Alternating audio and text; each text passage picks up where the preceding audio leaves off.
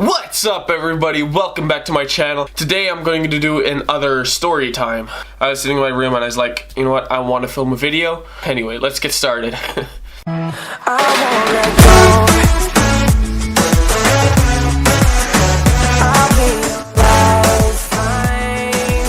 we're back. I'm going to be talking about my first year of middle school. It was the first year in a new school. For the most part, it was decent.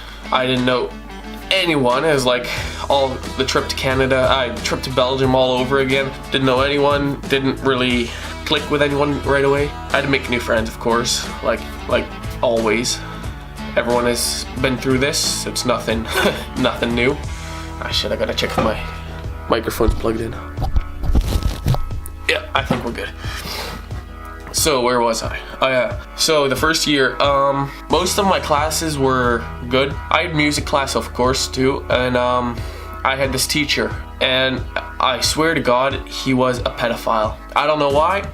Well, actually, I do know why. I'm gonna tell you about it. But at first, I didn't really realize it. He was an asshole to me.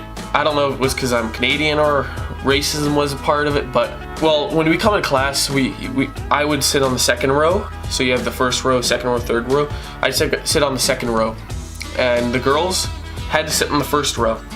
This is where it comes when he's a pedophile, where I noticed he was a pedophile, or I don't know if he actually is a pedophile, but he acted like one.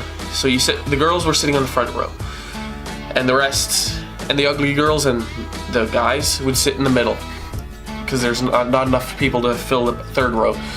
So I had a lot of problems with this teacher. Not that I hate music. I did guitar lessons for 2 years and not good at all, but I did it. But back to the story.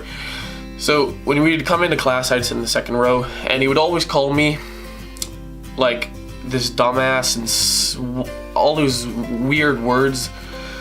At the time, I was like, okay, I guess this is just how how middle school is, so I didn't really think of it much. But then he started saying to the girls in the class that they had to wear open t-shirts where they could see their chest more. And if the girls would do that, they would get like a 9 out of 10. And the other girls that didn't would get a 7. And all the rest, like me and my friends, all the guys and the ugly girls, would only get a 6, maximum a 7, at most. And the other girls that sit in the front row got a 10 if they wore their shirt out. Weird, right? Usually if you make do a test, you get points graded on the test that you make, if you studied or not. No, with him, it was plain if you didn't even have to study in that class. Me, I've never studied in that class. Of course, it was music. It was not really that hard. You just had to know a couple of famous music like Beethoven and shit like that. But so yeah, we just get a 6, 5 out of 10. That was the least that we got. So I wasn't really complaining about that. But he would always call me and a couple of other kids in my class names. Never the girls, because he was always for the girls on that part. And then I was like, what's wrong with this? That there's something wrong. You can't be like that in a school. So a couple of months passed, and I'm sitting in class, and he says that to the girls. He gives like, you get a 10, you get a 10, you get a 7, you get an 8, you get a 9, and I got a 5. I was like, well, I had the most points on the test. It says a 10, but I get a 5. What's the problem? And he's like, you're not a girl. I was like, that's weird. And then he started calling me names because I was not listening and not following his rules. And then I got really fed up because you can't play me like that. I get really pissed off at teachers.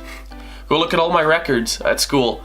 Every single year, all 6 years of middle school and high school, I have always had a problem with a teacher.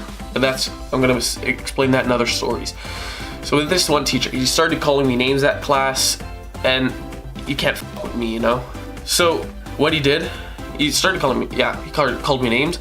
I had enough. I was like, you know what, f this. I grabbed my papers, I throw it in his face, and I started walking out. He grabbed my shoulder. You're not allowed to do that as a teacher.